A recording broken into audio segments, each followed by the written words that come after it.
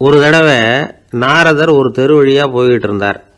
வழியில் ஒருத்தர் வேத சாஸ்திரம்லாம் படிச்சுக்கிட்டு உட்காந்துருந்தார். அவர் நாரதரை பார்த்து எங்கே போயிட்டு இருக்கிறீங்கன்னு கேட்டார். கடவுளை பார்த்துட்டு வரலாம்னு போயிட்டு இருக்கிறேன் அப்படின்னார் நாரதர். அப்படின்னா அவர்கிட்ட எனக்கு எப்போ முக்தி கிடைக்கும்னு கேட்டுட்டு வாங்களேன் அப்படின்னார் இவர். சரி கேட்டு வரேன் அப்படின்னு சொல்லிவிட்டு நாரதர் நடந்தார். கொஞ்சம் தூரத்தில் ஒரு மரத்தடியில் ஒரு தொழிலாளி செருப்பு தைச்சிக்கிட்டு உட்காந்துருந்தார். அந்த ஆளும் அதே மாதிரி கேட்டுக்கிட்டார். எனக்கு எப்போ முக்தி கிடைக்கும்னு கடவுள்கிட்ட கேட்டுக்கிட்டு வாங்களேன்னார். அவர்கிட்டையும் சரின்னு சொல்லிவிட்டு நாரதர் நேராக வைகுண்டத்துக்கு வந்து சேர்ந்தார். கடவுளை பார்த்தார். இவங்க 2 பேரும் சொல்லி அனுப்பின விஷயத்தை பற்றி கேட்டார். அதுக்கு கடவுள் சொன்னார், அந்த செருப்பு தைக்கிற தொழிலாளி உடல் நீத்ததும் உடனே என்னை வந்து அடைவான். ஆனால் அந்த சாஸ்திரம் படித்த ஆள் இப்போதைக்கு என்கிட்ட வந்து சேர மாட்டான்.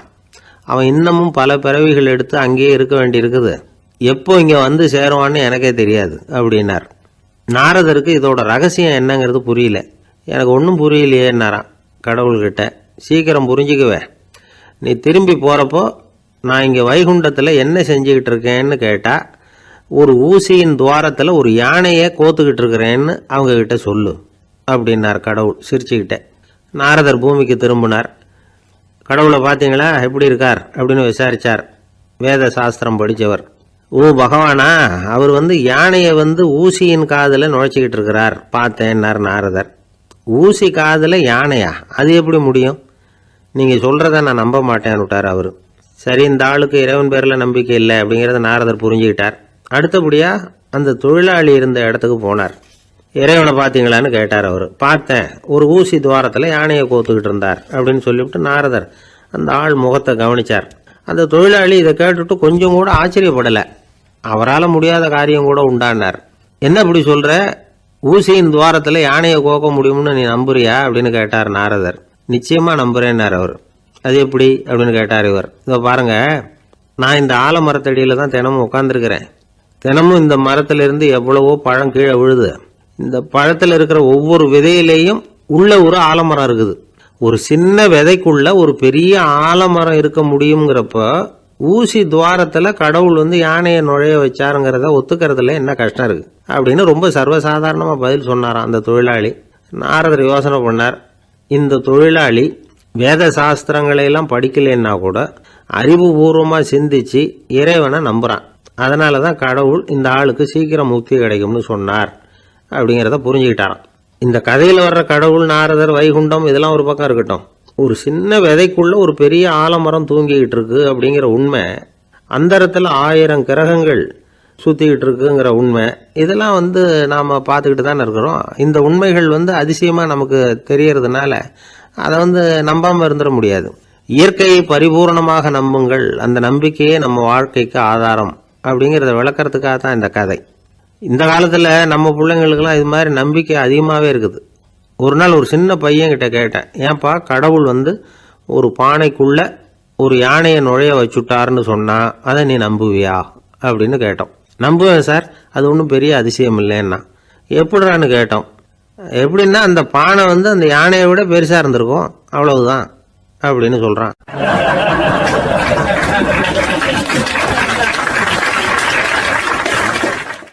ஒரு பெரிய பியானோ கலைஞர் வியன்னாவில் இருந்தார். ரொம்ப புகழ்பெற்ற இசை கலைஞர் அவர். இங்கிலாந்து மகாராணி விக்டோரியா அவருடைய சங்கீதத்தை கேட்கணும்னு ஆசைப்பட்டாங்க. அவரை அரண்மனைக்கு கூப்பிட்டாங்களாம். பியானோ வாசிக்க சொல்லி கேட்டாங்களாம். இவரும் ரொம்ப பிரமாதமாக வாய்ச்சி காட்டியிருக்கார். உடனே பாராட்டி பரிசுகள்லாம் கொடுத்து அனுப்புனாங்களாம். அந்த இசையை கேட்கறதுல அரசிக்கு ரொம்பவும் ஆர்வம் உண்டு. அதனால அதுக்கப்புறமும் அந்த கலைஞர் அடிக்கடி அரண்மனைக்கு வர வேண்டிய அவசியம் ஏற்பட்டது. ஏன்னா அரசி கூப்பிட ஆரம்பித்தாங்க. இவர் போகணும், அங்கே இசை நிகழ்ச்சி நடத்தணும். இவர் அங்கே பாடி வாசிக்கிறது உண்டு.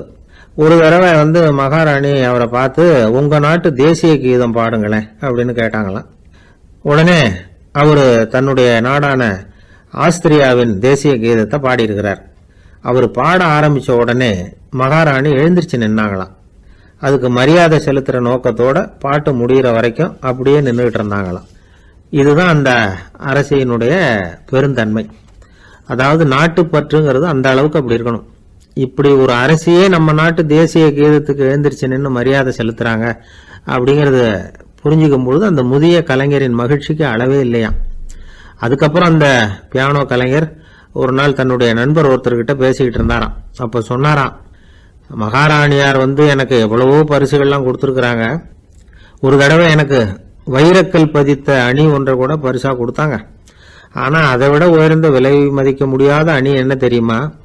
நான் என்னுடைய நாட்டு தேசிய கீதத்தை நான் பாடுறப்போ அவங்க எழுந்திருச்சு நின்று மரியாதை செலுத்தினாங்களே, அதுதான் எனக்கு கிடைச்ச மிகப்பெரிய பரிசு அப்படின்னாராம். எனக்கு தெரிஞ்ச சங்கீத வித்வான் ஒருத்தர் இருக்கார். சமீபத்தில் ஒரு நாள் அவரை பார்த்தேன். எப்படி போயிட்டு இருக்கு உங்க தொழில் அப்படின்னு கேட்டேன்.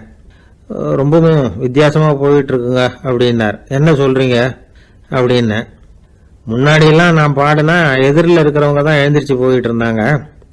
இப்போ எப்படின்னா நான் பாட ஆரம்பிச்சுட்டா உடனே பக்கவாத்தியக்காரனே எழுந்திரிச்சு போடுறான் அப்படின்னார் ரொம்ப வேதனையோட.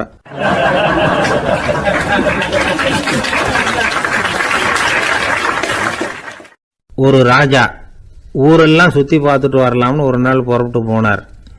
ஒரு இடத்துல தறி நெசவு வேலை ரொம்ப மும்முரமா நடந்துகிட்டு இருந்தது. ஒரு பெரியவர் தறியால் நெசவு வேலை செஞ்சுக்கிட்டு இருந்தார். பக்கத்துல ஒரு அழகான பொண்ணு உட்காந்து நூலை சுத்திக்கிட்டு இருக்குது. ராஜா அந்த பெரியவரை பார்த்து யார் இந்த பொண்ணுன்னு விசாரிச்சார். ராஜா அப்படி கேட்டதும் அவருக்கு ரொம்ப பெருமையா போயிட்டுது. ஏன்னா உட்கார்ந்து இருந்தது அவரோட மகள். அரசே, இது என்னுடைய மகள். இவ வேகமா நூல் தெரிக்கக்கூடியவள். வைக்கோலை எடுத்து இவ தெரிச்சா கூட அது எல்லாம் பவுன் இழையா வெளியில வரும் அப்படின்னு ஒரு ராசி இவளுக்கு அப்படின்னு ரொம்ப பெருமையா ராஜா கிட்ட சொன்னார். ராஜா இதை கேட்டதும் அசந்துட்டார். அப்படியா, இவ்வளவு அழகும் சாமர்த்தியமும் உள்ள இந்த பொண்ணு என்னோட வரட்டுமே, இவளை என் மருமகளை ஆக்கிக்கிறேன் அப்படின்னார் ராஜா. அந்த பெரியவருக்கு ஒன்றும் புரியல. ஏதோ கொஞ்சம் பெருமையா சொல்ல போவ அது இப்படி ஆயிட்டுதே அப்படின்னு கவலைப்பட்டார். இருந்தாலும் ராஜா பேச்ச தட்ட முடியுமா, மகளை அனுப்பி வச்சுட்டார். ராஜா அந்த பொண்ணை அரண்மனைக்கு அழைச்சிட்டு வந்தார். அங்கே ஒரு அறையில் வச்சு பூட்டி விட்டார். அந்த ரூமு நிறைய வைக்கோலை கொண்டாந்து போட்டு அடைச்சாங்க. 3 ராட்டைகள் வேற வச்சுருந்தாங்க. நாளைக்கு பொழுது விடியறதுக்குள்ளே நீ இந்த வைக்கோலையெல்லாம் தங்க இழைகளாக மாற்றி காட்டணும். நாளைக்கு காலம்புறம் நான் இந்த அறை கதவை திறப்பேன். உன் தகப்பன் சொன்னது மாதிரி எல்லாம் தங்கமாக மாறி இருக்கணும், இல்லைன்னா நீ உயிர் தப்ப முடியாது அப்படின்னு உத்தரவு போட்டார். பாவம் அந்த பொண்ணு என்ன பண்ணும், பகல் பூரா அழுதுகிட்டே உட்காந்துருக்குது. ராத்திரி பூராவும் தூக்கம் வரல. மறுநாள் அதிகாலை நேரத்தில் யாரோ கதவை தட்டுற சத்தம் கேட்டுது. பயந்துகிட்டே கதவை திறக்கிறா. திறந்து பார்த்தா வெளியில 3 அவலட்சணமான பெண்கள். ஒருத்திக்கு கால் அகலமா முறை மாதிரி இருக்கு, இன்னொருத்திக்கு கட்டை விரல் கரண்டி மாதிரி பெருசா இருக்குது, 3வது பொண்ணுக்கு உதடு தடிச்சு ரப்பர் மாதிரி தொங்கிக்கிட்டு இருக்கு. யார் நீங்க, உங்களுக்கு என்ன வேணும் அப்படின்னு கேக்குது இந்த பொண்ணு. நாங்க உங்களுக்கு உதவி செய்யறதுக்கு தான் வந்திருக்கிறோம் அப்படின்னு சொல்லி உள்ள வந்தாங்க. உட்கார்ந்தாங்க. கொஞ்ச நேரத்துக்குள்ள உள்ள இருந்த வைக்கோலையெல்லாம் தங்க இழைகளா மாத்தி கொடுத்துட்டு போயிட்டாங்க. காலையில ராஜா வந்தார், பார்த்தார். ஆகா பேஷுனார். இன்னும் கொஞ்சம் வைக்கோலை கொண்டாந்து அந்த ரூம்ல போட சொன்னார். இந்த வைக்கோலையும் இன்னைக்கு தங்கமா மாத்தி விடு, நாளைக்கு மறுநாள் உனக்கும் இளவரசனுக்கும் கல்யாணம்னு சொல்லிவிட்டார். இன்னைக்கு ராத்திரி அந்த 3 பொண்ணுங்களும் வந்தாங்க. வைக்கோலை பொண்ணு இழைகளா மாத்தினாங்க, புறப்பட்டாங்க. இந்த பொண்ணு அவங்க காலில் விழுந்து வணங்கினா. என் உசுரை காப்பாத்தினீங்க, உங்களுக்கு நான் என்ன கைமாறு செய்ய போறேன் அப்படின்னா. பயப்படாத, நீ விரும்பினா எங்களுக்கு ஒரு உதவி செய்யலாம். உன்னுடைய கல்யாணத்துக்கு நாங்கள் 3 பேரும் வரோம். நீ எங்களை வரவேற்று ராஜா கிட்டையும் இளவரசர்கிட்டையும் நாங்கள் உன்னோட பெரியப்பா பொண்ணுங்கன்னு சொல்லி அறிமுகப்படுத்தி வை, நாங்கள் விருந்து சாப்பிட்டுட்டு போயிடுறோம் அப்படின்னாங்க. ரொம்பவும் சந்தோஷமா சரின்னு ஒத்துக்கிட்டா. கல்யாண நாள் வந்தது. கல்யாணம் ரொம்ப கோலாகலமாக நடந்துகிட்டு இருக்கு. எல்லா தேசத்து ராஜா ராணிகளும் வந்துகிட்டு இருக்கிறாங்க. அந்த 3 அவலட்சணமான பொண்ணுங்களும் சேர்ந்தாங்க. யார் இவங்கன்னு கேட்டார் ராஜா. என் பெரியப்பா பொண்ணுங்க அப்படின்னு அந்த பொண்ணு. காலும் உதடும் கட்டை விரலும் ஏன் இப்படி உங்களுக்கு அவலட்சணம் ஆயிட்டுது அப்படின்னு கேட்டார். அதுக்கு அந்த பொண்ணுங்க பதில் சொன்னாங்க. என்ன செய்யறது, ஓயாம வைக்கோலை நூற்று ஒருத்தியோட கட்டை விரல் அப்படி கரண்டி மாதிரி ஆயிட்டுது. நாக்கில் தொட்டு தொட்டு திரிச்சதுனால ஒருத்தியோட உதடு அப்படி ஆயிட்டுது. காலால் கட்டையை அழுத்தி அழுத்தி தறி போட்டதுனால இன்னொருத்தையோட கால் அப்படி ஆயிட்டுது. உங்க மருமகளா வந்திருக்கிற இந்த பொண்ணு அந்த 3ஐயுமே செய்ய தெரிஞ்சவ தான். என்ன ஆக போதும் இன்னும் கொஞ்ச நாள்ல அப்படின்னாங்க. அவ்வளவுதான். ராஜா பயந்துட்டார். அம்மா, இன்னையிலிருந்து நீ இளவரசனின் மனைவி. நீ எப்பவும் அழகா இருக்கணும். அதனால நீ இனிமே வைக்கோலை திரிக்கவே கூடாது அப்படின்னு உத்தரவு போட்டார். அவளை இக்கட்டான சூழ்நிலையிலிருந்து காப்பாற்றின அந்த 3 பொண்ணுங்களும் சந்தோஷமா திரும்பி போயிட்டாங்களாம். சுவாமி சின்மயானந்தர் இந்த கதையை சொல்லியிருக்கிறார். தன்னலம் மறந்து சுயலாபத்தை தியாகம் செய்யறது வைக்கோல்ல இருந்து தங்க இழைய நூக்கிறது மாதிரி அப்படிங்கிறார் அவர். அது இருக்கட்டும், இப்ப நம்ம கதைக்கு வருவோம். ஒரு ராஜா தன்னோட மகனுக்கு சுயவரம் நடத்தினார். எல்லா தேசத்திலிருந்தும் ராஜகுமாரர்கள் வந்திருந்தாங்க. ராஜகுமாரிய கல்யாணம் பண்ணிக்கலாம்ங்கிற ஆசையில சுயம்பர மண்டபத்திலிருந்து எல்லா ராஜகுமாரர்களும் அலறி அடிச்சுக்கிட்டு வெளியில ஓடி வந்துகிட்டு இருக்கிறாங்களாம். ஏன் இப்படி எல்லாரும் மிரண்டு போய் ஓடி வர்றாங்கன்னு கேட்டார் ஒருத்தர். அதுக்கு இன்னொருத்தர் விவரம் சொன்னார். ராஜகுமாரியை இன்னைக்கு தான் அவங்க நேரில் பார்த்தாங்களாம், அதுதான் அப்படி ஓடி வந்துகிட்டு இருக்கிறாங்க அப்படின்னார்.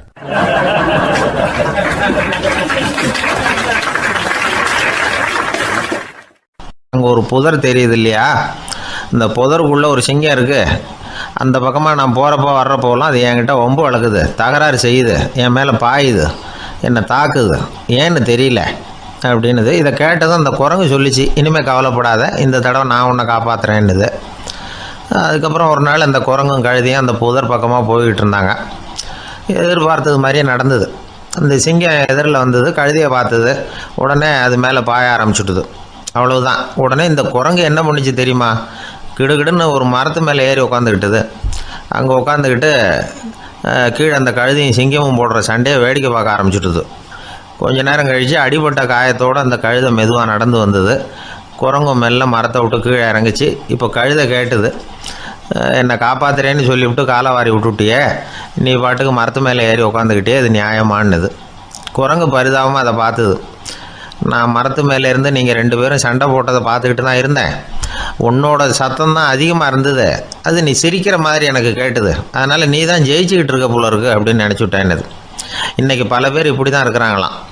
யார் ஜெயிக்கிறாங்க யார் தோக்குறாங்கங்கிறத முகத்தை பார்த்து கூட கண்டுபிடிக்க முடியறதில்ல, பேசுகிற பேச்சை வச்சு கூட கண்டுபிடிக்க முடியறதில்ல. தோற்கிறவங்க கூட சிரிக்கிற மாதிரி முகத்தை வச்சுக்கிறான். இன்றைய மனிதர்கள்கிட்ட ஏகப்பட்ட முரண்பாடுகள். பொய் முகங்களோட உலவுகிறவர்கள் தான் அதிகம். உண்மை முகம் எங்கே இருக்குது அப்படிங்கிறத புரிஞ்சுக்கிட்டு நண்பர்களை தேர்ந்தெடுக்கணும் அப்படிங்கிறது ஒரு முக்கியமான கருத்து. கடவுள் இந்த உலகத்தை படைச்சு விட்டு அதுக்கப்புறமும் கொஞ்ச நாள் இங்கேயே தங்கியிருந்தாராம். அப்போ தான் அவருக்கு ஒரு உண்மை புரிஞ்சுதான், இந்த உலகத்தில் தங்கி இருக்கிறது எவ்வளவு இடைஞ்சல்னு. தினமும் மனிதர்கள் தேடி ஏதாவது புகார் சொல்லிக்கிட்டே இருந்தாங்களாம். எனக்கு அது வேணும் இது வேணும்னு கேட்டுக்கிட்டே இருந்தாங்களாம். சில பேர் வந்தாங்க, நாங்கள் விவசாயம் பண்ணுறோம், தண்ணி இல்லாமல் பயிர் காயுது, எங்களுக்கு மழை வேணும் அப்படின்னாங்க. அவங்க போனதும் அதுக்கப்புறம் சில பேர் வந்தாங்க, நாங்கள் மண்பானை செய்கிறவங்க, நிறைய பானை செஞ்சு வச்சுருக்குறோம், மழை பெஞ்சால் எல்லாம் கரைஞ்சி வீணாக போயிடும், அதனால் இன்றைக்கி மழை பெய்யக்கூடாதுன்னாங்க. கடவுள் பார்த்தார், அவருக்கு என்ன பண்ணுறதுன்னே தெரியல, ஏகப்பட்ட குழப்பம், தலையை பிச்சுக்கலாம் போல் இருந்தது, கிட்டத்தட்ட பைத்தியம் பிடிக்கிற அளவுக்கு ஆகிட்டுது. எல்லாருடைய ஆசைகளையும் அவரால் நிறைவேற்ற முடியல, ஏன்னா ஒன்றுக்கு ஒன்று முரண்பாடாக இருந்தது. ஒரு நாள் தன்னுடைய அமைச்சரவையை கூட்டி ஆலோசனை கேட்டார், என்ன செய்யலான்னு சொல்லுங்கன்னார். இது என்ன பிரமாதம், பேசாமல் இமயமலை அடிவாரத்தில் போய் உட்காந்துங்க, யாரும் தொந்தரவு பண்ண மாட்டாங்கன்னாங்க. அங்கேயும் மனிதர்கள் வர ஆரம்பிச்சுருவாங்களேன்னார் கடவுள். சரி அப்படின்னா சந்திரனில் போயிருந்துக்கலாமேன்னாங்க. அங்கேயும் மனுஷன் குடி வர போகிறான் அப்படின்னார் கடவுள். வெகு தூரத்துக்கு அப்பால் உள்ள நட்சத்திர மண்டலத்துக்கு போயிடலான்னாங்க. இதெல்லாம் நிரந்தர தீர்வாகாது, நிரந்தரமாக இந்த மனிதனுடைய தொல்லையிலேருந்து நான் விடுபடணும், அதுக்கு ஏதாவது வழி சொல்லுங்கன்னார் கடவுள். ஒரு வயசான ஆள் வந்தார், கடவுளுக்கு காதோட காதாக ஒரு வழியை சொன்னார். கடவுளுக்கு முகம் மலர்ந்தது, அதுதான் சரி, அப்படியே செஞ்சுடலான்னார். அந்த ஆள் சொன்ன ரகசியம் என்ன தெரியுமா, மனிதனால் அடைய முடியாத ஒரு இடம் இருக்குது, அது வேறு எங்கேயும் இல்லை, அவனுக்கு உள்ளே இருக்குது, அங்கே போய் மறைஞ்சிங்க, அதுக்கப்புறம் மனிதர்களால் உங்களுக்கு தொந்தரவு இருக்காதுன்னார். மனிதன் நினைக்காத இடம் அதுதான். அதாவது உள்ளுக்குள்ளே இருக்கிற உண்மையை புரிஞ்சிக்காமல் வெளியில் எங்கேயோ அது இருக்கிறதாக நினச்சி வரட்டிக்கிட்டு அலையிறான் மனுஷன். உள்ளே இருக்கிற உண்மை புரிஞ்சால் நாம் தன்னம்பிக்கையோடு தலை நிமிர்ந்து வாழலாம். வேடிக்கையாக ஒரு கதை சொல்லுவாங்க, இதை பாருங்கள், நம்ம பையன் எங்கே பணம் வச்சாலும் எடுத்து விட்றான், என்ன பண்ணுறதுன்னாங்க அம்மா. அப்பா கொஞ்சம் நேரம் யோசனை பண்ணார், அதுக்கப்புறம் சொன்னார், அவன் கண்ணில் படாத இடமா நம்ம வீட்டில் இருக்கிறது ஒரே இடம் தான், அங்கே பணத்தை வை திருட்டு போகாதுன்னார். அது எந்த இடம்னு கேட்டாங்க. அதுதான் அவன் பாட புஸ்தகம், அதில் வச்சிரு, அவன் தொடவே மாட்டான், பாட புத்தகத்தை தொடாமல் பரீட்சையில் வெற்றி பெற முடியாது அப்படிங்கிறத புரிஞ்சுக்கணும். உள்ளே இருக்கிற உண்மையை தொடாமல் வாழ்க்கையில் வெற்றி பெற முடியாது. அதனால் உண்மையை புரிஞ்சுக்கிட்டால் வாழ்க்கையில் வெற்றி நிச்சயம். ஜெருசலேம் அங்கே உள்ள ஒரு தேவாலயம், அதில் உள்ள பலிபீடத்தின் முன்னாடி ஒரு பெட்டி உண்டு, அது காணிக்கை பெட்டி. ஆலயத்துக்கு வர்றவங்க பிரார்த்தனை பண்ணிவிட்டு திரும்பி போகிற சமயத்தில் அந்த பெட்டியில் காணிக்கை போடுவாங்க. அவங்களால எவ்வளவு முடியுமோ அவ்வளவு போடுறது வழக்கம். அவங்கவுங்க வசதிக்கு தகுந்த மாதிரி போடுவாங்க. வசதி உள்ளவங்களாக இருந்தாலும் சரி, வசதியே இல்லாத வறியவர்களாக இருந்தாலும் சரி, ஆலய காணிக்கை பெட்டியில் காசு போடுறது அவங்களுக்கு ரொம்ப பெருமையான ஒரு செயல்.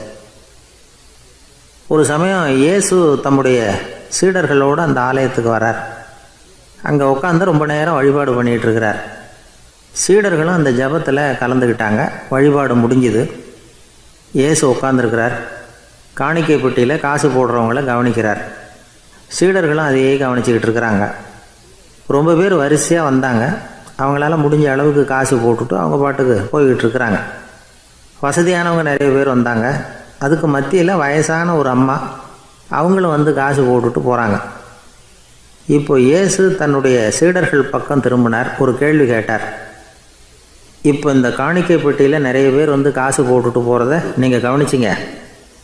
இன்றைக்கி இந்த காணிக்கை பெட்டியில் ரொம்பவும் அதிகமாக காசு போட்டது யார் அப்படின்னு கேட்டார். முதல்ல வந்தார் ஒரு பெரிய மனுஷன், அவர் தான் அதிகமாக போட்டார் அப்படின்னார் ஒருத்தர். மூணாவதாக வந்தவர் தான் அதிகமாக போட்டார், நான் கவனித்தேன் அப்படின்னாரு இன்னொருத்தர். இப்படி ஆளுக்கு ஒரு விதமாக சொல்கிறாங்க. கடைசியாக இயேசு சொன்னாராம், இன்றைக்கு அந்த பெட்டியில் அதிகமாக காசு போட்டவங்க அந்த வயசான அம்மா தான் அப்படின்னாராம். சீடர்களுக்கு ஒன்றும் புரியல. அந்த அம்மா ரொம்ப ஏழையாச்சே, அவங்க எப்படி அதிகமாக காணிக்கை செலுத்த முடியும் அப்படிங்கிறது அவங்க சந்தேகம். இயேசு விளக்குனார். நிறைய பேர் வந்தாங்க, நிறையவே காசுகள் போட்டாங்க, அது உண்மைதான். ஆனாலும் அந்த அம்மா என்ன பண்ணாங்க கவனிச்சிங்களா? வந்தாங்க, தன்னுடைய காசு பையை திறந்தாங்க, அப்படியே கொட்டுனாங்க. அதில் இருந்தது 2 காசுகள் தான். அந்த 2 காசும் காணிக்கை பெட்டியில் விழுந்துட்டுது. மற்றவங்கள்லாம் தங்கள்கிட்ட இருந்த செல்வத்தின் ஒரு சிறு பகுதியை எடுத்து பெட்டியில் போட்டாங்க. ஆனால் இந்த அம்மா தன்கிட்ட என்ன இருந்ததோ அதை அப்படியே போட்டுட்டாங்க. தன்னுடைய பிழைப்புக்காக வச்சுருந்த அவ்வளவையும் இழக்கிறதுக்கு தயாராகிட்டாங்க. அவ்வளவு தாராள மனசு அவங்களுக்கு. அதனால் அவங்க செலுத்தின காணிக்கை தான் அளவில் அதிகம் அப்படின்னார். விலை மதிப்பில்லாத முத்து புதையல் ஒருத்தனுக்கு கிடைக்க போகுதுன்னு வச்சுக்கோங்க. அதன் மதிப்பை உணர்ந்தவன் என்ன பண்ணுவான்? அதை அடையிறதுக்காக தன்கிட்ட இருக்கிற எதையும் கொடுக்கறதுக்கு தயாராக இருப்பான் இல்லையா? அது மாதிரி தான் இதுவும் அப்படின்னார். உலக மதிப்பீடுகளை துரும்பா தூசியாக மதித்து அதையெல்லாம் உதறி விடுகிறவன் இறையருள் அப்படிங்கிற இணையில்லாத செல்வத்தை பெறுகிறான் அப்படிங்கிறது இதில் உள்ள கருத்து. இறைவனுக்காக இழப்பதுன்னா துன்பப்படுகிறவர்களுக்காக, ஏழைகளுக்காக, ஏதுமற்றவர்களுக்காக இழப்பது அப்படின்னு அர்த்தம். உங்கள் அயலானுக்கு நீங்கள் என்ன உதவி செய்தாலும் அதை எனக்கே செய்கிறீர்கள் அப்படின்னு இயேசு சொல்லியிருக்கிறார். அடுத்தவங்களுக்கு உதவணுங்கிற குணம் இன்றைக்கி ரொம்ப குறைஞ்சி போச்சு. ஒருத்தன் வாழைப்பழத்தோல் வழுக்கி கீழே விழுந்துட்டான். பக்கத்தில் இருந்த நண்பன் உடனே இவனை தூக்கிக்கிட்டு போய் ஆஸ்பத்திரியில் சேர்த்துட்டான். அதுக்கப்புறம் சொன்னான், நீ அந்த வாழைப்பழத்தோலில் காலை வைக்க போகிறத முன்னாடியே நான் கவனிச்சுட்டேன் அப்படின்னானா. அப்படின்னா அப்போவே நீ எனக்கு உதவி செஞ்சுருக்கலாமே அப்படின்னானா அவன். நான் டாக்டருக்கு உதவலாம்னு நினச்சிட்டேன் அப்படின்னா இவன்.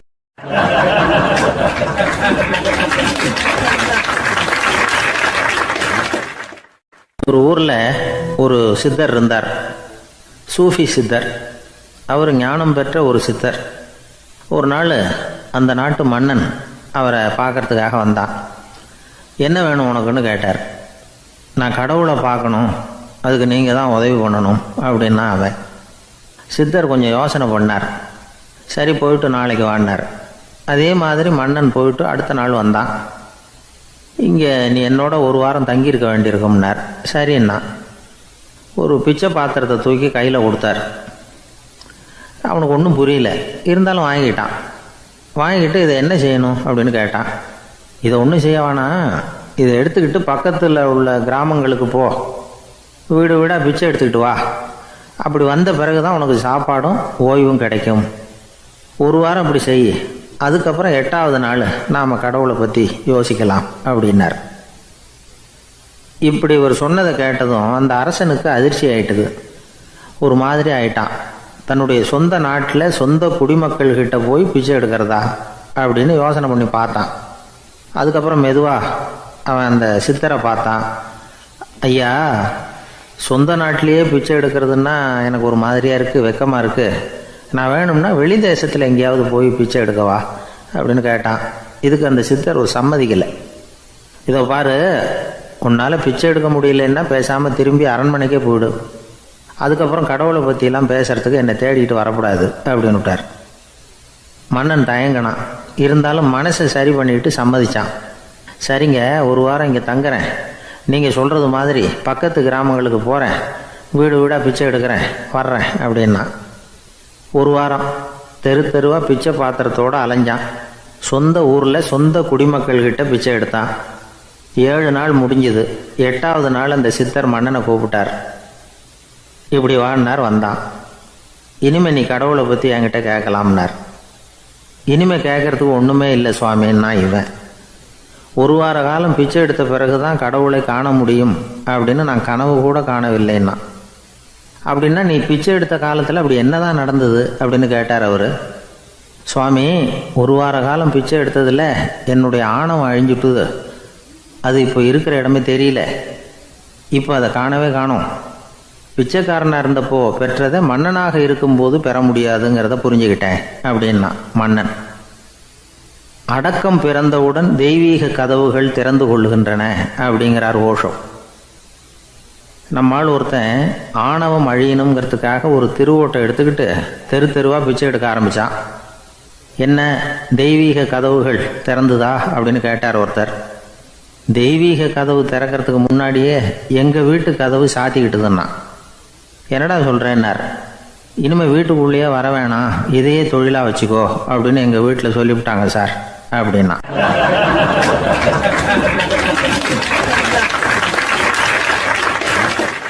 கப்பல் கடலில் போய்கிட்டு இருக்கு.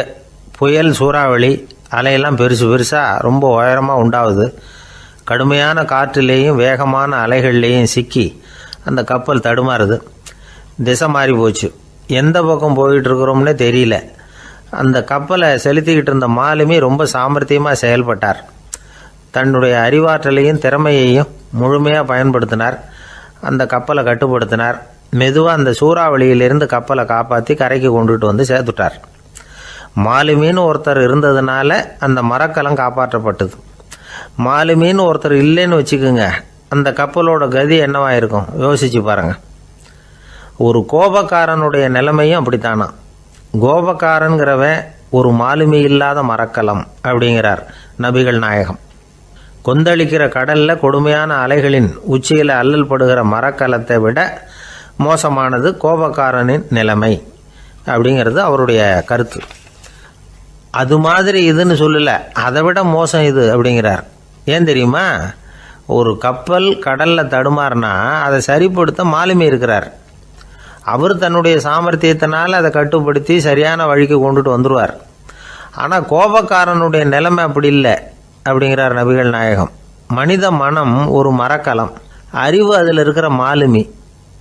மாலுமி மரக்கலத்தை செலுத்துகிறான், அவனுக்கு கட்டுப்பட்டு அது ஓடுது. ஆனால் கோபக்காரனுங்கிற மனுஷங்கிட்ட அறிவுங்கிற மாலுமி சரியாக வேலை செய்ய மாட்டான்.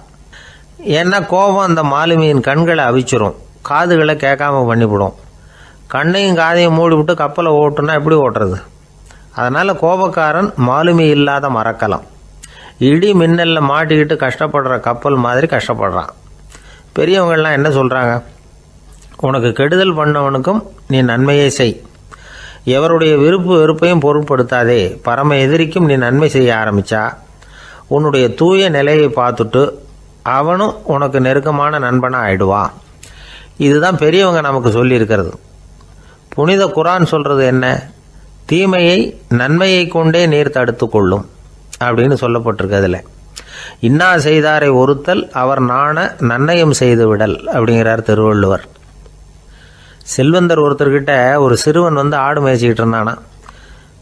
பெரியவர் அவனை கூப்பிட்டு, நீ நேராக போய் ஒரு ஆட்டில் உள்ள ரொம்ப நல்ல பகுதி எதுவோ அதை எடுத்துக்கிட்டு வா அப்படின்னாரான்.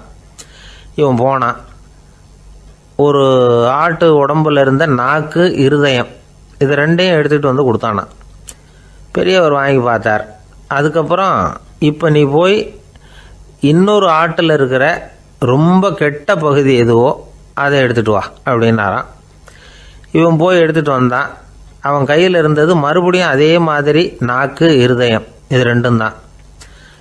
என்னது இப்பவும் அதையே கொண்டுட்டு வந்திருக்கிற அப்படின்னாரான் பெரியவர். இவன் சொன்னானா, ஒரு உடம்புல உள்ள ரொம்ப நல்ல பொருளும் இதுதான், ரொம்ப கெட்ட பொருளும் இதுதான் அப்படின்னு நானா.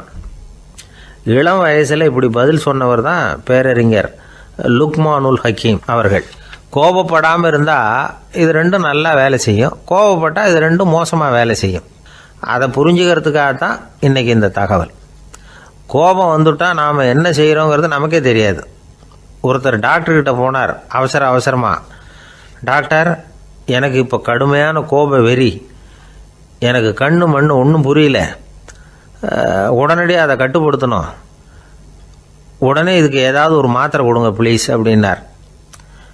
அந்த டாக்டரும் உடனே ஒரு மாத்திரையை கொடுத்து இதை உடனே போடுங்க, நான் தண்ணி கொண்டுகிட்டு வரேன்னு உள்ளே போனார்.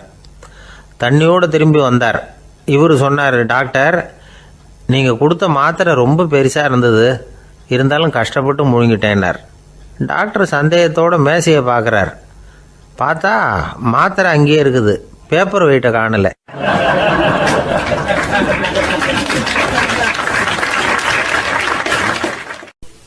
ஒரு நாள் ஒரு நண்பரை சந்தித்தேன். உங்கள் வீடு எதுன்னு உங்களுக்கு தெரியுமா சார்ன்னு. அவர் என்னை ஒரு மாதிரியாக பார்த்தார். அப்புறம் சொன்னார், தெரியும் அப்படின்னாரு. சரி, உங்கள் தொலைபேசி எண் உங்களுக்கு தெரியுமான்னு. அதுவும் தெரியும்னார். உங்கள் மனைவி மக்கள் யார் யாருன்னு உங்களுக்கு தெரியுமான்னு கேட்டேன். என்னை ஒரு மாதிரியாக பார்த்தார். அப்புறம் சொன்னார், அதுவும் தெரியும் சார் அப்படின்னார். சரி, நீங்கள் யாருன்னு உங்களுக்கு தெரியுமான்னு கேட்டேன். இப்போ தான் அவர் முழிக்க ஆரம்பித்தார். அவர் மட்டும் அப்படி இல்லை, நாம் எல்லாருமே அப்படி தான். எதிரில் நிற்கிறது யாருங்கிறது தெரியும், நாம் யாருன்னு நமக்கு தெரியாது. உண்மையிலேயே நாம் யார்? இந்த கேள்விக்கான பதிலை தான் வாழ்க்கை பூரா நாம் தேடிட்டு இருக்கிறோம். புத்தர் என்ன சொல்கிறாரு தெரியுமா? நீங்கள் கடவுளை பற்றி கவலைப்பட தேவையில்லை, உங்களை பற்றின கவலை உங்களுக்கு இருந்தால் போதும் அப்படிங்கிறார். நான் யார், எனக்கு ஏன் இந்த கவலை அப்படின்னு உங்களை நீங்களே கேட்டுக்குங்க அப்படிங்கிறார். நாம் ஏன் கடவுளை படைத்தோம்? அது ஒரு நழுவல் முயற்சியாம், அதாவது தன்னிடமிருந்து தானே தப்பிக்கிற ஒரு முயற்சியாம். இப்படி தான் அதை சொல்கிறாங்க அறிஞர்கள்லாம். மக்கள் பொய்யான பிரச்சனைகளில் ஆர்வமாக இருக்கிறாங்க, அதுக்கு தீர்வு காணவும் முயற்சி பண்ணுறாங்க. கடவுளை பற்றி விவாதிக்க எல்லாருக்கும் விருப்பம், தன்னுடைய சுயம் பற்றிய பிரஜையே இருக்கிறதில்ல. ஆகக்கூடிய விஷயம் என்னென்னா, கடவுள் சமாளிப்புக்கு பயன்படுத்தப்படுகிறார். மனவியல் என்ன சொல்லுது தெரியுமா? கடவுள், சொர்க்கம், மறுபிறவி இதை பற்றிலாம் பேச ஆரம்பிக்கிறவங்க யார் தெரியுமா? போருக்கு போகிறவன், துன்பத்தில் சிக்கி கஷ்டப்படுறவன், நோய் படுக்கையில் விழுந்தவன், இவங்க தான். நாம் அனுபவத்திலே பார்க்குறோமே இதையெல்லாம். கடவுளை துணைக்கு கூப்பிடுறவங்க யாருன்னு கவனித்து பாருங்கள். பரீட்சை எழுத போகிறவன், வேலை தேடி அலையிறவன், பண நெருக்கடியில் இருக்கிறவன், விபத்தில் சிக்கிக்கிட்டவன், இவங்கெல்லாம் தான். தேர்வில் வெற்றி பெற்றதும் அவரை துணைக்கு கூப்பிடுறதில்ல, வேலை கிடைச்சதும் அவர் துணை தேவைப்படுறதில்ல. ஏன் இப்படி? கொஞ்சம் யோசனை பண்ணி பாருங்கள். துன்பம் வருகிற போது அந்த துன்பத்தை தவிர்க்க வேண்டிய நிலையில் அதிலிருந்து நழுவி போகிறதுக்காக பிரார்த்தனை தேவைப்படுது. எல்லாம் நல்லபடியாக நடக்கிறப்போ பிரார்த்தனை செய்கிறதில்ல. புத்தருடைய வழி என்ன தெரியுமா? அந்த வழியில் கடவுளும் கிடையாது, பிரார்த்தனையும் கிடையாது. புத்தர் செய்தது இதைத்தான். அதாவது கடவுள்கிட்ட இருந்து மனிதனையும், மனிதன்கிட்ட இருந்து கடவுளையும் அவர் விடுவித்தார். புத்த மதம் என்ன சொல்லுது தெரியுமா? கடவுள் பிரச்சனை அல்ல, மனிதன்தான் உண்மையான பிரச்சனை அப்படின்னு சொல்லுது. உங்களை நீங்கள் நல்லா தெரிஞ்சுக்கிட்டா போதும், நீங்களே கடவுள் ஆகிடுவீங்க அப்படிங்கிறது தான் புத்த மதம். அதனால் நமக்கு தேவை உள்முக பயணம். நான் யார் அப்படிங்கிற கேள்வியோட உள்ளே போகணும். அங்கே போனால் தான் தெரியும் நான் அப்படின்னு அங்கே யாருமே இல்லைங்கிறது. இதெல்லாம் புத்தர் சொல்லுகிற ஒரு தத்துவம். தத்துவம்னு சொன்னாவே நமக்கெல்லாம் அதை புரிஞ்சுக்கிறது கஷ்டம்தான். நம்ம பொறுத்த வரைக்கும் தத்துவங்கிறதுல 2 வகை உண்டு. ஒன்று தத்துவம், இன்னொன்று மகா தத்துவம். தத்துவம்னா என்ன தெரியுமா? கேட்குறவங்களுக்கு புரியக்கூடாது, அதுதான் தத்துவம். மகா தத்துவம் என்னன்னா சொல்கிறவங்களுக்கும் புரியக்கூடாது. அந்த வகையில் பார்த்தா இன்று ஒரு தகவலும் ஒரு மகா தத்துவம் தான்.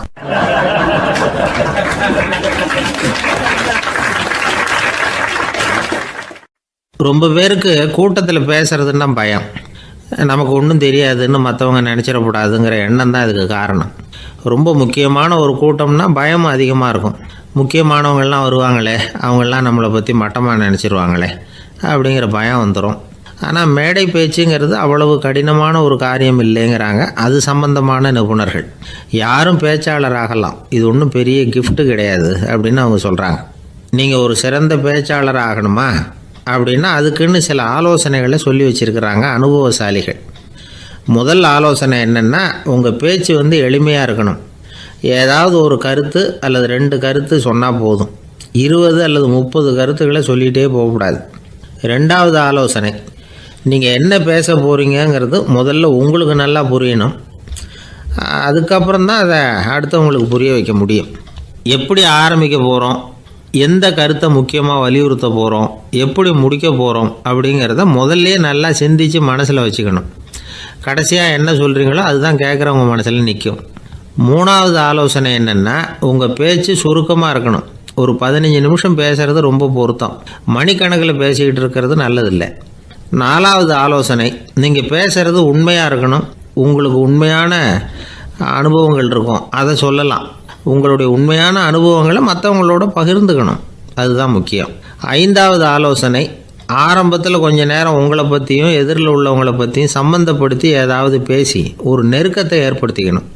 ஒவ்வொருத்தரும் இப்போ இவர் பேச போகிறது நம்ம சம்மந்தப்பட்டது அப்படின்னு நினைக்க ஆரம்பிச்சிருவாங்கல்ல, அதுக்கப்புறம் அவங்க கேட்க தயாராகிட்டாங்கன்னு அர்த்தம். எதிரில் உட்காந்துருக்கிற கூட்டத்திலேருந்து 3 பேரை தேர்ந்தெடுங்க. அதாவது வலது பக்கம் ஒருத்தர், நடுவில் ஒருத்தர், இடது பக்கம் ஒருத்தர். அதாவது உங்களை ரொம்ப கனிவாகவும் ஆர்வமாகவும் பார்க்குறவராக பார்த்து தேர்ந்தெடுத்துங்க மனசுக்குள்ளே. நீங்கள் பேசும்பொழுது என்ன பண்ணணும்னா, இவங்களை நேருக்கு நேராக மாறி மாறி பார்த்துக்கிட்டே பேசுனீங்கன்னா நீங்கள் ஏதோ ஒட்டுமொத்த கூட்டத்தையும் பார்த்து பேசுகிறதாக ஒரு உணர்வு அது ஏற்படுத்திவிடும். 6வது ஆலோசனை என்னென்னா, சொற்பொழிவுன்னா நீங்கள் பேசணும், படிக்கக்கூடாது. எழுதி படிக்கிறது நல்லா இருக்காது. குறிப்புகள் வேணும்னா வச்சுக்கலாம். படிக்கிறது பேப்பர்லேருந்து வர்றது மாதிரி இருக்கும், பேசுகிறது இதயத்திலேருந்து வர்றது மாதிரி இருக்கும். அப்புறம் 7வது ஆலோசனை சொல்கிறாங்க. அது என்னென்னா, மேடையில் ஏறி நின்ன உடனே இயல்பாக மூச்சை இழுத்து விட்டுங்க, இயல்பு நிலைக்கு வாங்க, அதுக்கப்புறம் இயல்பாக பேச ஆரம்பிக்கலாம் அப்படிங்கிறாங்க. இவ்வளவும் பேச்சு கலையில் வல்லுநர்களாக இருக்கிறவங்க சொல்லுகிற ஆலோசனைகள். இதையெல்லாம் கடைபிடிச்சா நமக்கும் அதுக்கும் வெகு தூரம்னு நினச்சிக்கிட்டு இருந்த ஒன்று இப்போ கிட்டத்தில் நெருங்கி வந்துடும். நாம் சொல்கிறபடியெல்லாம் அது கேட்கும். ஒரு பேச்சாளர், அவருக்கு சுருக்கமாகவே பேச தெரியாது. மேடையில் ஏற்றி விட்டுவிட்டா போதும், ஆரம்பிச்சிருவார், நிறுத்த மாட்டார், பேசிக்கிட்டே இருப்பார். ஒரு தடவை அவர் ஒரு கூட்டத்தில் ரொம்ப நேரம் பேசிக்கிட்டே இருக்கிறார். எதிரில் பொறுமை இழந்த ஒருத்தர் தன்னுடைய கை கடிகாரத்தை காட்டினார். அதை கவனித்த பேச்சாளர், மன்னிக்கணும், கை கடிகாரம் நான் கொண்டுகிட்டு வர மறந்துட்டேன், அதுதான் நேரம் போனதே தெரியல அப்படின்னு சொல்லியிருக்கிறார். இதுக்கு அவர் சொன்னாராம் கோபமாக, ஏய்யா கடிகாரத்தை தான் பார்க்க முடியல, மறந்துட்டேன், பக்கத்தில் மாட்டியிருக்கிற கேலண்டரையாவது பார்க்கக்கூடாதா அப்படின்னாராம்.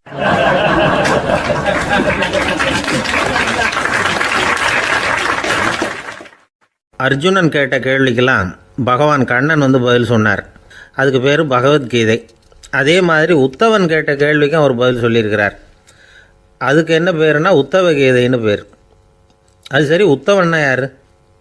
கண்ணனுக்கு சின்ன வயசுலேருந்தே தேர் ஓட்டிக்கிட்டு இருந்தவன் அவன் தான். குருஷேத்திர போர் முடிஞ்சது, அதர்மத்தை அழித்து தர்மத்தை நிலைநாட்டி தர்மனுக்கு முடிச்சு விட்டினார் கண்ணபிரான். அதுக்கப்புறம் துவாரகைக்கு திரும்பினார். தான் வந்த காரியம் முடிஞ்சது, அதனால் இளமையிலிருந்தே தனக்கு தேரோட்டியாக இருந்து வந்த உத்தவனை கூப்பிட்டார்.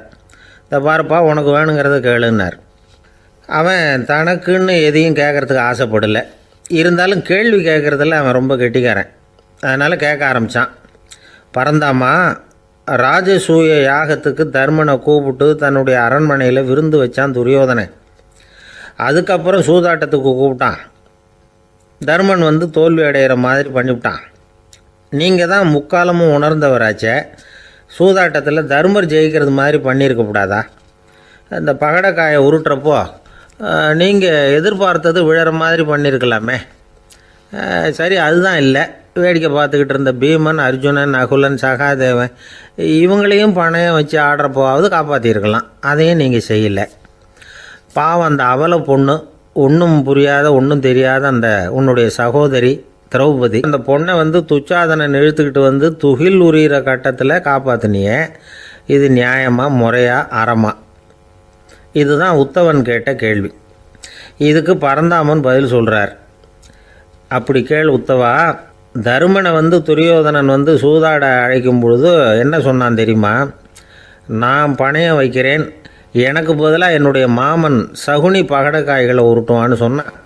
உடனே தருமன் எனக்கு பதிலாக என்னுடைய மைத்துனன் கண்ணன் பகடக்காய்களை உருட்டுவான்னு சொல்லியிருக்கலாமே, அப்படி சொல்லலை. என்ன செஞ்சான் தெரியுமா? துரியோதனன் கூட சூதாட்டத்துக்கு சம்மதிச்சிட்டோம், கடவுளே இது என்னுடைய மைத்துனன் கண்ணபிரானுக்கு தெரியக்கூடாது அப்படின்னு வேண்டிக்கிட்டான். இதனால் தருமன் எனக்கு மனசால் தடை போட்டுட்டான். அதனால் அரண்மனைக்கு வெளியிலேயே என்னை கூப்பிடுவாங்கன்னு நான் காத்துக்கிட்டு இருந்தேன். பீமன், அர்ஜுனன், நகுலன், சகாதேவன், திரௌபதி இவங்களை பணையம் வச்சு ஆடுறப்போவாவது கூப்பிடுவாங்கன்னு பார்த்தேன். அப்பவும் அவங்க என்னை கூப்பிடல, நினைக்கல. திரௌபதியை துச்சாதனன் கூந்தலை பிடிச்சி இழுக்கிறான். அப்போ கூட அவள் தன்னுடைய உடல் பலத்தால் தடுக்கிறதுக்கு முயற்சி பண்ணாலே தவிர என்ன நினைக்கல. துரியோதனன் சபைக்கு இழுத்து செல்லப்பட்ட திரௌபதி அறநூல்களையும் அரச நீதிகளையும் சொல்லிக்கிட்டு இருந்தாலே தவிர என்ன நினச்சே பார்க்கல. துகில் உரிகிற கட்டத்தில் தான் ஹரி ஹரி கண்ணா பறந்தாமன்னு கூப்பிட்டா, அதனால தான் அப்போ போய் நான் காப்பாற்றினேன் அப்படின்னா பறந்தாமன். அப்படின்னா நீ அழைச்சாதான் போவியா, நீயா போக மாட்டியா அப்படின்னு கேட்குறான் உத்தவன். ஆமாம், நான் கூப்பிட்டா தான் போவேன். மனிதர்கள் செய்யக்கூடிய செயல்களையெல்லாம் அவங்கவுங்க போக்கிலேயே விட்டுட்டு வேடிக்கை பார்த்துக்கிட்டு இருப்பேன். நான் குறுக்கிட்டு ஒன்றுமே செய்ய மாட்டேன் அப்படின்னா பறந்தாமன். மனுஷன் தவறு பண்ணுனா திருத்த மாட்டியா, சும்மா பார்த்துக்கிட்டு தான் உட்காந்துருப்பியா அப்படின்னு கேட்குறான் உத்தவன். நான் மனுஷனுடைய உள்ளத்தில் இருக்கிறப்போ என் எதிரில் மனுஷன் தவறு பண்ண மாட்டான் அப்படின்னு ஆனால் கண்ணன். அதாவது யார் நினைக்கிறாங்களோ அவங்க உள்ளத்துலலாம் அவன் இருக்கிறான். அப்படி இருக்கிறப்போ தவறு செய்ய மனுஷன் அஞ்சுவான். இதுதான் உத்தவ கீதைங்கிறது. இந்த காலத்துலேயும் சில பேர் பகவான் மாதிரி அடுத்தவங்க கஷ்டப்படுறத வேடிக்கை பார்த்துக்கிட்டு இருக்கிறது உண்டு. அன்றைக்கி அப்படித்தான் நடுத்தெருவில் ஒரு திருடனை பிடிச்சி எல்லாரும் சேர்ந்து அடிச்சுக்கிட்டு இருக்கிறாங்க. ஒரு ஆள் மட்டும் தள்ளி நின்று அதை வேடிக்கை பார்த்துக்கிட்டு இருக்கான். பார்த்துக்கிட்டு சிரிச்சுக்கிட்டு இருக்கிறான். என்ன சார் இது, பாவம் அந்த ஆளை போட்டு அப்படி அடிக்கிறாங்களே அப்படின்னோம். அடிக்கட்டும் சார், அவன் அடி வாங்க வேண்டிய ஆள் தான் அப்படின்னா அவன். ஏன் சார் அப்படி சொல்கிறீங்க அப்படின்னு கேட்டோம். பின்ன என்ன சார், நான் ஒருத்தர் பையில் இருந்த பர்ஸை எடுக்கிறதுக்கு முயற்சி பண்ணிக்கிட்டு இருந்தேன், அதுக்குள்ளே அவன் முந்திக்கிட்டு அபேஸ் பண்ணிவிட்டான், பர்ஸை அவன் எடுத்துட்டான். பார்க்குறதுன்னா எடுக்கிறது அவனா? என்ன சார் நியாயம் இது, நல்லா வாங்கட்டும் அப்படிங்கிறான்.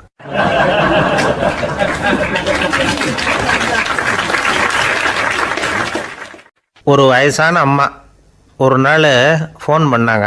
ஐயா, நான் இந்த தகவல் நிகழ்ச்சியை தினமும் கேட்குறேன், உங்ககிட்ட ஒரு கேள்வி கேட்கணும் அப்படின்னாங்க. என்னங்க அப்படின்னோம். எனக்கு சொந்தமாக ஒரு நல்ல வீடு இருக்குது, வேணுங்கிற அளவுக்கு பணமும் இருக்குது, கணவரும் ரொம்ப நல்லவர், ரிட்டையர் ஆகி வீட்டில் தான் இருக்கிறார், பிள்ளைங்கள்லாம் பெரிய பெரிய உத்தியோகத்தில் இருக்கிறாங்க, அதில் ஒருத்தன் ஐஏஎஸ்ஸு, பணம்லாம் கூட நிறைய கொண்டாந்து கொடுக்குறாங்க. அப்படி இருந்தும் என் மனசில் நிம்மதி இல்லை, வாழ்க்கையில் ஒரு நிறைவு இல்லை அப்படின்னாங்க. ஏன்னு கேட்டோம். அதைத்தான் நான் உங்களை கேட்குறேன், ஏன் அப்படி அப்படின்னு திருப்பி கேட்குறாங்க. எங்களுக்கு ஒன்றும் புரியல, கொஞ்சம் நேரம் குழம்பி போயிட்டோம். இருந்தாலும் அதை அவங்கக்கிட்ட காட்டிக்காமல் கொஞ்சம் சாமர்த்தியமாக, ஏம்மா உங்கள் மனசில் நீங்கள் ஏதோ ஒன்று எதிர்பார்க்குறீங்க, அது நிறைவேறல அப்படி தானே அப்படின்னு கேட்டோம். ஆமாம் அப்படின்னாங்க. அதுக்கப்புறம் அவங்கக்கிட்ட கொஞ்சம் மனம் விட்டு பேசுகிறப்போ தானாக விஷயம் வெளியில் வந்தது. அதாவது அவங்க பிள்ளைங்க பெரிய பெரிய உத்தியோகத்தில் இருக்கிறதுனால அவசரமாக பார்த்துட்டு ஓடுறாங்களாம். ஆசையாக அம்மான்னு கூப்பிட்டுக்கிட்டு கிட்ட உட்காந்து கொஞ்சம் நேரமாவது என்கிட்ட பேசினா தானே என் மனசு கொஞ்சம் நிம்மதியாக இருக்கும், அது அவங்களுக்கு தெரிய மாட்டேங்குதே அப்படிங்கிறாங்க. இதுதான் அவங்களுடைய ஏக்கம். இந்த ஏக்கம் அந்த தாயின் மனசில் இருந்துக்கிட்டு இருக்குது. இப்படி மகனுடைய அன்புக்காக மட்டுமே ஏங்குற தாய்மார்கள் பல பேர் இருக்கிறாங்க இந்த உலகத்தில். இதை நினைக்கிறப்போ ஒரு வெளிநாட்டு நாடோடி கதை ஞாபகத்தில் வருது. அதாவது கடவுள் படைப்பு தொழிலில் ரொம்ப மும்முரமாக ஈடுபட்டுக்கிட்டு இருந்தாராம். மீன்களை படைச்சாராம், பறவைகளை படைச்சாராம், விலங்குகளை படைச்சாராம். அவருக்கு திருப்தி ஏற்படலை. அதுக்கப்புறம் மனிதர்களை படைச்சிருக்கிறார். அப்பவும் அவருக்கு மன நிறைவு ஏற்படலையா. கடைசியாக தன்னுடைய சக்தி முழுசையும் பயன்படுத்தி குறையே இல்லாத அளவுக்கு ஒரு படைப்பை உருவாக்கினாராம். அந்த உன்னதமான ஒரு படைப்பு அதுதான் பெண், அதாவது தாய். இப்படி உருவாக்கி எல்லாரையும் இந்த உலகத்தில் விட்டுவிட்டாராம். அதுக்கப்புறம் கொஞ்ச காலம் கழித்து தன்னுடைய தேவியை அழைச்சிக்கிட்டு இந்த பூலோகத்துக்கு வந்திருக்கிறார். தன்னுடைய குறையில்லாத படைப்பாகிய பெண்ணை பார்த்தாராம். ஏம்மா உனக்கு இன்னும் ஏதாவது குறை இருந்தால் சொல்லு, அதையும் நிவர்த்தி பண்ணி விடுறேன் அப்படின்னாராம். அந்த அம்மா பார்த்துருக்காங்க. சுவாமி, எனக்கு நீங்கள் கொடுத்துருக்கிறது 2 கை. என்னுடைய பிள்ளைகளுக்கு சேவை செய்கிறதுக்கு இந்த 2 கை பத்தலை. அதனால் இன்னும் ஒரு 2 கை கொடுத்தா தேவலை அப்படின்னாங்களாம். கடவுள் பார்த்தார். அதனால் என்ன, அப்படியே செஞ்சு விடலாம், இதோ அதுக்கான வரம் கொடுத்துட்டேன் அப்படின்னார். அந்த அம்மாவுக்கு இப்போ 4 கை ஆயிட்டுது. 4 கையாலேயும் குழந்தைகளுக்கு சேவை செய்ய ஆரம்பிச்சிட்டாங்க. கடவுள் திருப்தியாக திரும்பி போனார். அதுக்கப்புறம் கொஞ்ச காலம் கழித்து மறுபடியும் திரும்பி வந்தார். தேவியோட பெண்ணை பார்த்தார். இப்போ என்னம்மா சந்தோஷந்தானே அப்படின்னாராம். அதுக்கு அந்த அம்மா, சந்தோஷந்தான், இருந்தாலும் இப்போ எனக்கு இருக்கிற 2 காலும் போதில்லை, இன்னும் ஒரு 2 கால் இருந்தால் தேவையில்லை, நிறைய ஓடி ஆடி பிள்ளைகளுக்காக வேலை செய்ய வேண்டியிருக்குது அப்படின்னாங்களாம். சரின்னு சொல்லி 4 கால் இருக்கிறது மாதிரி செஞ்சுட்டு போயிட்டார் கடவுள். மறுபடியும் கொஞ்ச நாள் கழித்து தேவி சொன்னாங்க கடவுள்கிட்ட, நீங்கள் என்ன தான் முயற்சி பண்ணினாலும் முழுமையான ஒரு படைப்பை உங்களால் உருவாக்க முடியாது, அப்படி தான் நான் நினைக்கிறேன் அப்படின்னாங்களாம். அப்படியா சொல்கிறேன், வா அந்த பொண்ணை பார்த்துட்டு வருவோம் அப்படின்னு புறப்பட்டு இங்கே வந்தாங்களாம். இங்கே வந்து பார்த்தா 4 கால் 4 கையோடு அந்த பொண்ணு ஒரு செவுத்தில் சாஞ்சி உட்காந்து அழுதுகிட்டு இருக்குது. இப்போ தேவி அந்த பொண்ணை சுட்டி காட்டி கடவுள்கிட்ட கேட்டாங்களாம், ஏங்க நீங்கள் அந்த பொண்ணுக்கு கையை கொடுத்தீங்க, காலை கொடுத்தீங்க, சரி, அந்த கண்ணீரையும் எதுக்காக கொடுத்தீங்க அப்படின்னு கேட்டாங்களாம். அதுக்கு கடவுள் சொன்னாராம், கையை கொடுத்தது நான் தான், காலை கொடுத்தது நான் தான், ஆனால் அந்த கண்ணீரை கொடுத்தது நான் இல்லை, அதை கொடுத்தது அந்த அம்மாவோட பிள்ளைங்க அப்படின்னாராம். இன்றைக்கும் அப்படி தான் பல பிள்ளைங்க அவங்க அம்மாவுக்கு கண்ணீரை தான் கொடுத்துக்கிட்டு இருக்கிறாங்க. அம்மாவை மதிக்கிற பிள்ளைங்க தான் இன்றைக்கி நல்லபடியாக இருக்கிறாங்கங்கிறது அவங்களுக்கு தெரியறதில்ல. இந்த காலத்து பிள்ளையாண்டான் ஒருத்தன் அவங்க அம்மாக்கிட்டேயும் நல்ல பிள்ளையாக நடந்துக்குவான், மனைவிக்கிட்டேயும் நல்ல கணவனாக நடந்துக்குவான், ரொம்ப சாமர்த்தியம். ஒரு நாள் அவங்ககிட்ட கேட்டாங்க, ஏன்பா உங்கள் அம்மாவும் உன் மனைவியும் சண்டை போட்டுக்கிட்டா நீ எந்த பக்கம் அப்படின்னாங்களாம். வீட்டுக்கு வெளிப்பக்கம் அப்படின்னானா அவன்.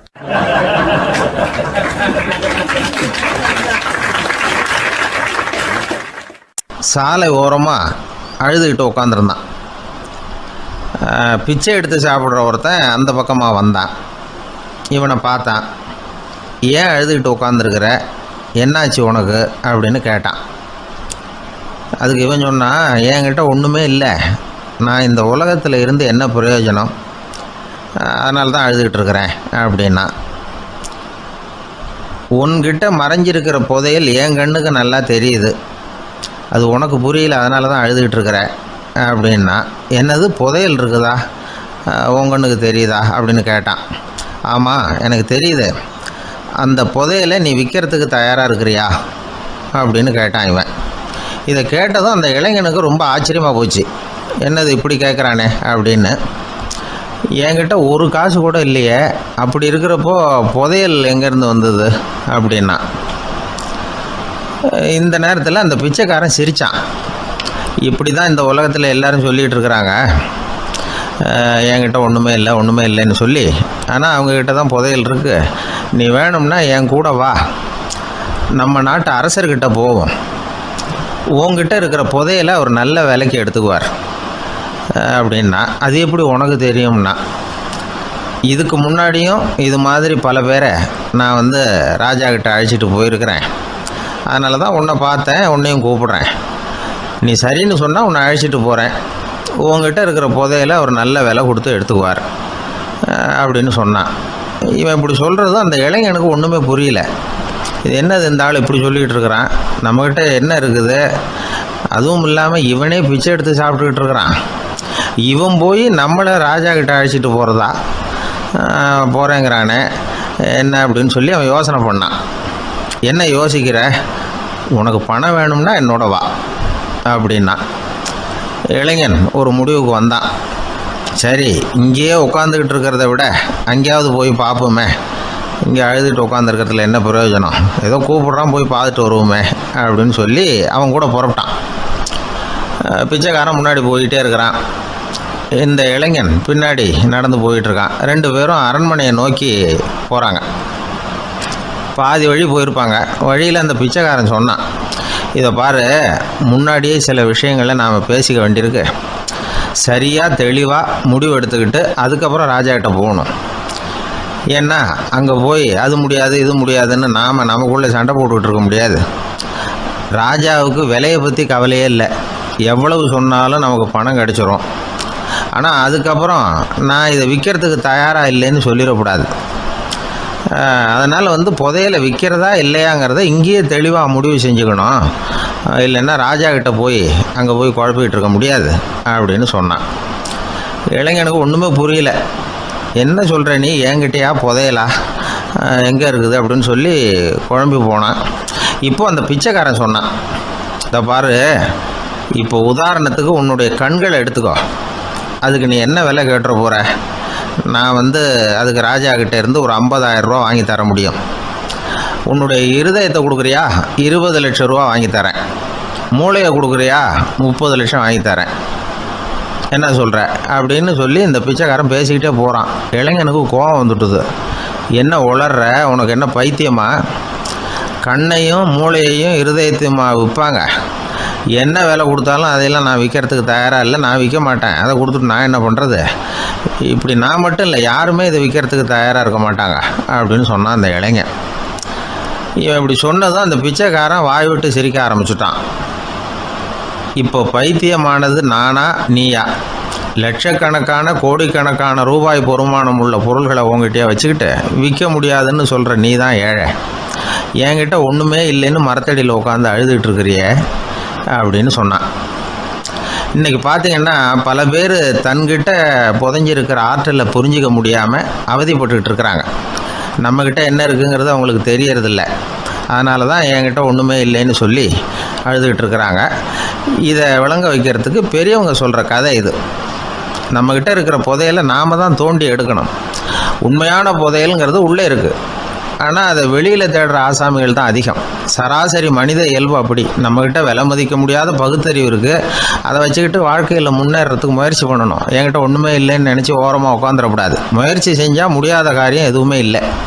ஒரு ரயில்வே ஸ்டேஷன் பக்கம் வெளியில் ஒரு டாக்ஸி நின்றுட்டு இருந்தது. அந்த பக்கமாக வந்த ஒருத்தர் டாக்ஸி டிரைவரை பார்த்து சொன்னார், ஐயா, உங்கள் வண்டியில் பின் சீட்டில் ஒரு மணி பர்ஸு கிடக்கு, யாரோ மறந்து விட்டுட்டு போயிருக்கிறாங்க அப்படின்னார். இல்லை, அது காலி பர்ஸு தான், நான் தான் அதை அங்கே போட்டு வச்சுருக்கிறேன்னார் டிரைவர்.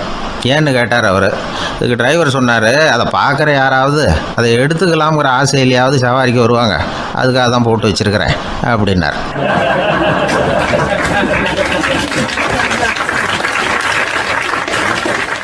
காசி மாநகரத்தை பிரம்மதத்தன் அப்படிங்கிற ராஜா ஆட்சி பண்ணிட்டு வந்தார். அவர் ஒவ்வொரு வருஷமும் ஒரு திருவிழா நடத்துறது வழக்கம். எல்லா தேசத்திலிருந்தும் எல்லா வகையான ஜனங்களும் அதில் கலந்துக்குவாங்க. ஒரு சமயம் அது மாதிரி விழா நடந்துக்கிட்டு இருந்தது. வைகுண்டத்திலிருந்து தேவலோகத்திலிருந்து நிறைய தேவகுமாரர்கள்லாம் காசி நகருக்கு அப்போது வந்திருந்தாங்க. அதில் முக்கியமாக ஒரு 4 தேவகுமாரர்கள். அந்த 4 பேரையும் சுற்றி ஏகப்பட்ட கூட்டம். அப்படி என்ன விசேஷம் அவங்கக்கிட்ட அப்படின்னா, மற்றவங்களை விட அவங்க முகம் அழகாக இருந்ததா அப்படி பார்த்தா அப்படியும் இல்லை. அவங்க அணிஞ்சிருந்த மலர் மாலைகள் தான் அதுக்கு காரணமாக. அந்த மலர்கள்லேருந்து அப்படி ஒரு அபூர்வமான நறுமணம். இதுக்கு முன்னாடி இப்படி ஒரு நறுமணத்தை அந்த ஊர் ஜனங்க அனுபவிச்சதே இல்லை. அதுதான் அந்த 4 பேரையும் சுற்றி கூட்டம். எல்லாரும் கேள்வி கேட்க ஆரம்பித்தாங்க. உடனே அந்த 4 தேவகுமாரர்களும் எல்லாருக்கும் தெரியும்படியாக வானத்தில் எழும்பி கொஞ்சம் உயரமாக நின்றுக்கிட்டாங்க. கீழே நின்றுக்கிட்டு இருந்த அரசன்லேருந்து ஆண்டி வரைக்கும் ஒருத்தர் பாக்கி இல்லாமல் ஒரே குரலில் எல்லாரும் அவங்கள பார்த்து, எங்களுக்கும் இது மாதிரி மாலையை போட்டுக்கணும்னு ஆசையாக இருக்குது, அதுக்கு நீங்கள் தான் அருள் பண்ணணும் அப்படின்னு கேட்டுக்கிட்டாங்க. மாலை போட்டுக்கிறதுனா எல்லாருக்கும் ஆசையாக தானே இருக்கும். அந்த 4 தேவகுமாரர்களில் ஒருத்தர் புத்தர் பிரான். அவர் சொன்னார், பூலோகவாசிகளே, நான் சொல்கிறத கொஞ்சம் பொறுமையாக கேளுங்க. கக்காரு அப்படிங்கிற கற்பக விருட்சத்தின் மலர்களால் தொடுக்கப்பட்டது இந்த மாலை. இதுக்கு நிறைய சக்தி உண்டு. எந்த காலமும் இது வாடாது, வாசனையும் குறையாது. ஆனால் இதை அணிந்து கொள்றதுக்கு சில தகுதிகள் தேவை அப்படின்னார். என்ன தகுதி அது சொல்லுங்களேன் அப்படின்னு ஏக காலத்தில் எல்லாரும் சத்தம் போட்டாங்க.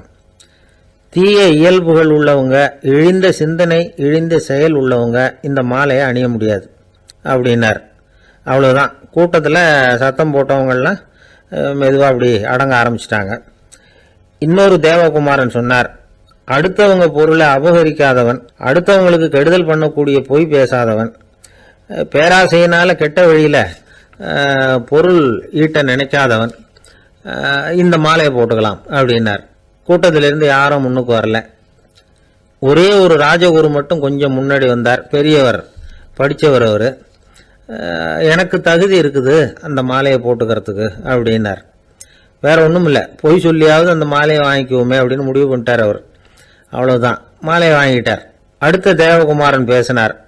யாருக்கு திடமான அறிவும் மனமும் இருக்குதோ, யாருக்கு நல்ல காரியங்களில் அசையாத ஈடுபாடு இருக்குதோ, நல்ல அரிய பொருள்களை தனியாக தான் மட்டும் அனுபவிக்க விரும்பாதவர் யாரோ அவர் முன்னாடி வந்து இந்த மாலையை வாங்கிக்கலாம் அப்படின்னார். அந்த தகுதியும் எனக்கு இருக்குன்னார் ராஜகுரு. மாலையை வாங்கி போட்டுக்கிட்டார். இன்னொரு ராஜகுமாரன் பேச ஆரம்பித்தார். அறநெறியில் செல்வம் சேர்க்கணும், ஆடம்பர பொருள்களுக்கு அடிமையாகக்கூடாது, வெற்றி அடைஞ்சாலும் கர்வம் வரக்கூடாது, அப்படிப்பட்டவங்க இந்த மாலையை போட்டுக்கலாம்னார். துணிஞ்சு பொய் சொல்லி அதையும் வாங்கி கழுத்தில் போட்டுக்கிட்டார் இந்த ராஜகுரு. இன்னொரு ராஜகுமாரன் சொன்னார். சான்றோர்களை நிந்திக்காதவங்க, புறம் பேசாதவங்க இந்த மாலையை போட்டுக்கலாம்னார். அதையும் வாங்கி போட்டுக்கிட்டார். திருவிழா முடிஞ்சுது, எல்லாரும் திரும்பி போயிட்டாங்க. மறுநாள் ராஜகுரு 4 மாலைகளையும் போட்டுக்கிட்டு ராஜசபைக்கு வரார். வந்தவர் ரொம்ப அவஸ்தையோடு வர்றார். மாலையெல்லாம் வாடி போயிட்டுது, வாசனை எதுவும் கிடையாது. அது மட்டும் இல்லை, அவருக்கு கடுமையான தலைவலி வேற வந்துட்டுது. துடிச்சு போயிட்டார். மாலையை கழட்டவும் முடியல. ஜனங்கள்லாம் அவரை பார்த்து சிரிக்க ஆரம்பிச்சிட்டாங்க. என்னத்துக்கு ஆசைப்படணும், ஏன் இப்படி கஷ்டப்படணும் அப்படின்னு. ராஜா பார்த்தார். மறுபடியும் விழாவுக்கு ஏற்பாடு பண்ணினார். தேவகுமாரர்கள்லாம் வந்தாங்க. ராஜகுரு வந்தார். மக்கள் முன்னிலையில் அவங்க காலில் விழுந்தார், மன்னிப்பு கேட்டுக்கிட்டார். இந்த மாலையை போட்டுக்கிற தகுதி எனக்கு இல்லை. தகுதி இல்லாத ஒருத்தன் தகாத தகுதியை பொய் மூலம் பெறணும்னு ஆசைப்படுறாங்களே, அவங்களுக்கெல்லாம் என்னுடைய தண்டனை ஒரு எச்சரிக்கையாக இருக்கட்டும்னார். அதுக்கப்புறம் தேவகுமாரர்கள் அவர் கழுத்தில் இருக்கிற மாலையை கழட்டினாங்களாம். அந்த மாலைகளும் பழையபடி மனம் கொடுக்க ஆரம்பிச்சுட்டு தான். இதுலேருந்து நாம் தெரிஞ்சுக்க வேண்டியது என்னென்னா, நமக்கு தகுதி இல்லாத ஒரு கௌரவம் நம்மக்கிட்ட தானாக வந்தால் கூட அதை வந்து தவிர்த்து விடுறது தான் நல்லது. அதுதான் புத்திசாலித்தனம். ஒருத்தர் வந்தார். சார், எங்கள் இலக்கிய மன்ற விழாவுக்கு நீங்கள் வந்து தலைமை தாங்கணும்னார். உடனே இவர் சொன்னார், பேச்சாளர், சார், இலக்கியத்தை பற்றி பேசுகிற தகுதி எனக்கு இல்லையே அப்படின்னார். உடனே அவர் கூப்பிட வந்தவர் சொன்னார், அந்த தகுதி உங்களுக்கு இல்லைங்கிறது எங்களுக்கும் தெரியும் சார், அதனால தான் உங்களை தலைமை தாங்க கூப்பிடுறேன் அப்படின்னார். அது சரி, தலைமைன்னா அதுக்கு இவர் என்னதான் அர்த்தம் பண்ணுறாருன்னு தெரியல.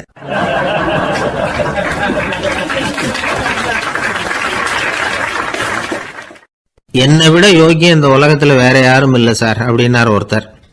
அவரை விட அயோக்கியன் வேற யாரும் இருக்க முடியாதுங்கிற முடிவுக்கு கேட்டவங்க வந்துட்டாங்களாம். மனுஷனுக்கு இருக்கிற ஒரு மிகப்பெரிய குறையே தன்கிட்ட இருக்கிற குறை அவனுக்கு தெரியாமல் போகிறது தான். ஆனால் அடுத்தவங்ககிட்ட இருக்கிற குறை இவனுக்கு தெளிவாக தெரிஞ்சிடும். ஒரு ஒட்டகம் ஒரு கொக்கை பார்த்து ஒரு கேள்வி கேட்டுதான். என்ன கேள்வி தெரியுமா? உன் கழுத்து ஏன் இப்படி வளைஞ்சி போயிருக்குது அப்படின்னு கேட்டிருக்கு. இதுக்கு உடம்பே வளைச்சல். இது போய் கொக்கை கிண்டல் பண்ணுது. இன்னைக்கு மனித சுபாவமும் கிட்டத்தட்ட இப்படித்தான் இருக்குது.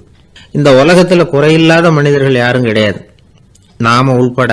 அப்படிங்கிறத முதல்ல நாம் நல்லா புரிஞ்சுக்கணும். ஒரு ஊரில் ஒரு விற்பனை நிலையம் இருந்தது. செல்ல பிராணிகளை விற்பனை செய்கிற நிலையம் அது. நாய், கிளி, பூனை இப்படி நிறைய வச்சு விற்பனை பண்ணிகிட்டு இருக்கிறாங்க.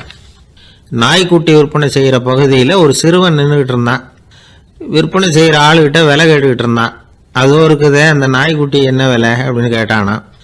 1000 ரூபா அப்படின்னாரான். சரி, அது வேணாம், இது என்ன விலைன்னு இருக்கான். 500 ரூபா அப்படின்னாரான். இந்த சின்ன பையன் கையில் வச்சுருந்தது வெறும் 50 ரூபா தான். அதனால் இதை விட குறைச்சலாக கிடைக்குமான்னு பார்த்துருக்கான். அந்த கடையில் ஒரு மூலையில் சரியாக கவனிக்கப்படாமல் ஒரு நாய்க்குட்டி படுத்து கிடந்தது. பாவமாக கத்திக்கிட்டு இருந்தது.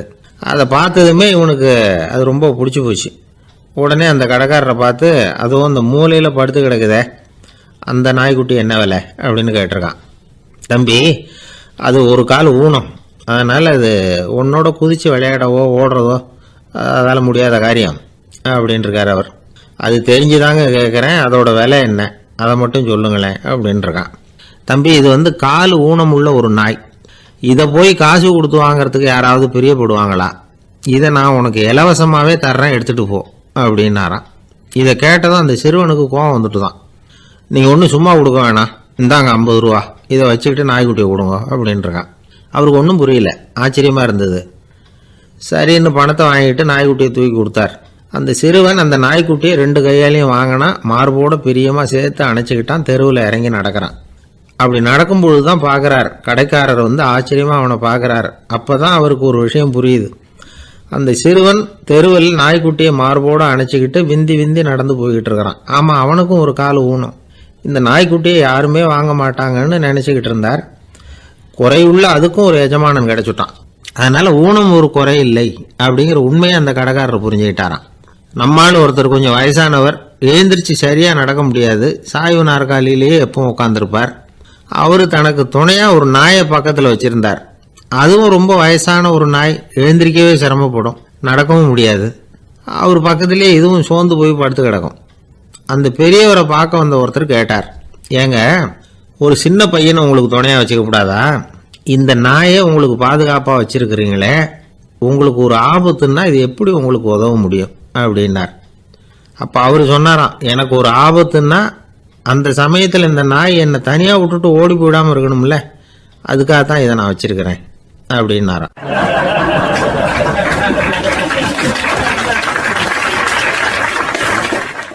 ஒரு தீக்குச்சி தீப்பெட்டியை பார்த்து கேட்டுதான், நாம் 2 பேரும் தானே உரசிக்கிறோம், ஆனால் நான் மட்டும் தீ பிடிச்சி எரிஞ்சு போகிறேன், நீ அப்படியே இருக்கிறியே அப்படின்னு தான்.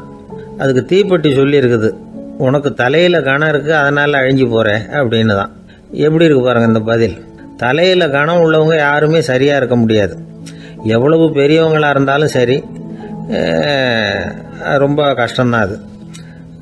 கர்வம்ங்கிறது கூடவே கூடாது.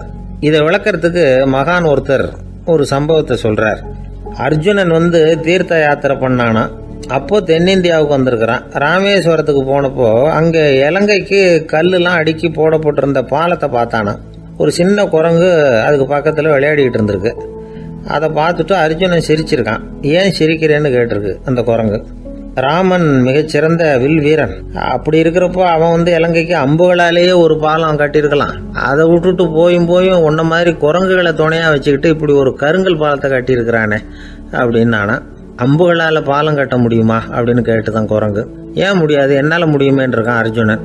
அம்பால் பாலம் கட்டலாம், இருந்தாலும் என்ன மாதிரி குரங்குகள் ஏறி நடந்தா அது தாங்குமா?